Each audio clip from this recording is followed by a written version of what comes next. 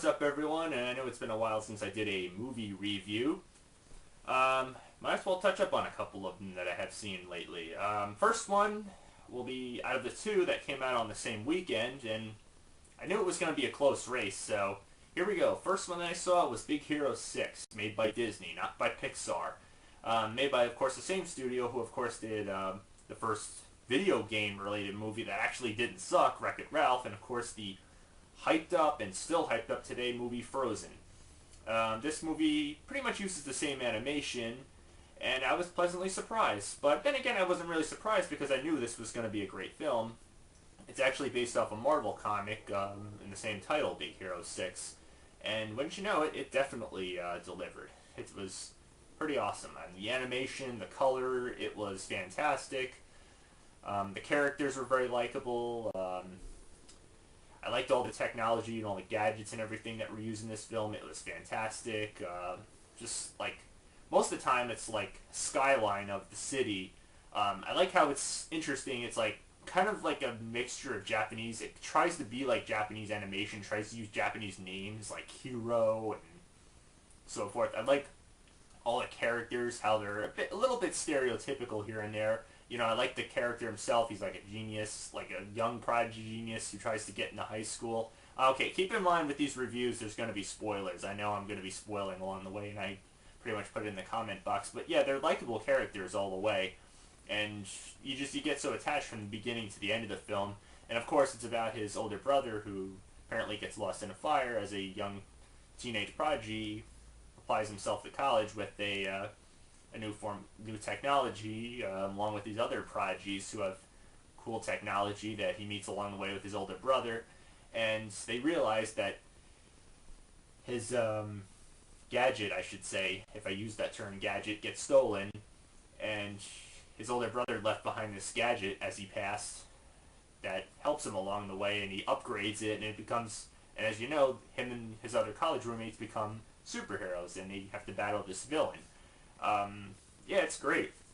The city is, of course, as you guess, a mixture of San Francisco and Tokyo. It's called San Fran Tokyo or whatever it's called. But yeah, it looks Japanese-ish. It has all like futuristic stuff. I love all the elements behind it. It's very colorful. It's just really, it's a feast for the eyes and imagination and everything. Every second is just like, wow, it's incredible to look at. There isn't probably one dull moment in this film that I mean, all these special effects, all the action scenes were cool.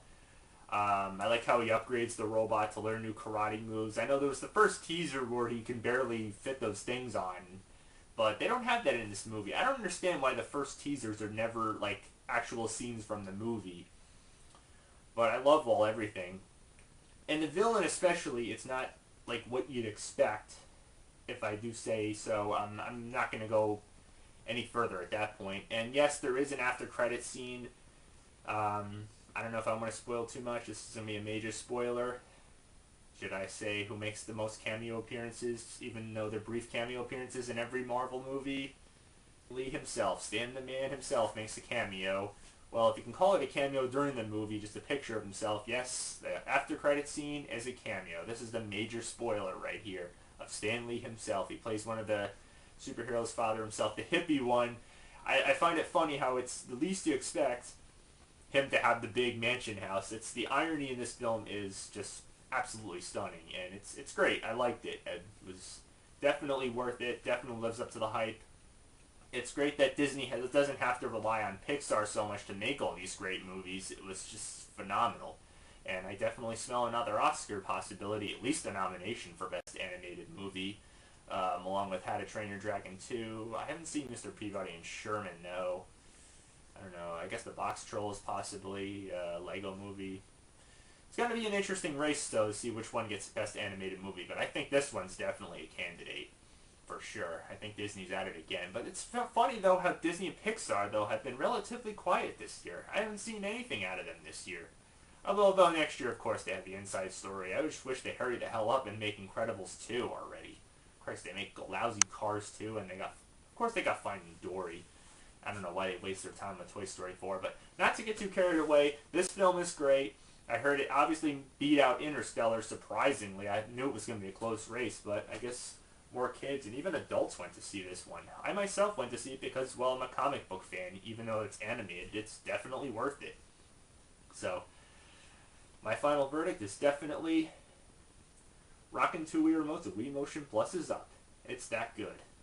But as for the 3D, I'd probably skip it. Not to get too carried away, but yes, it's that good.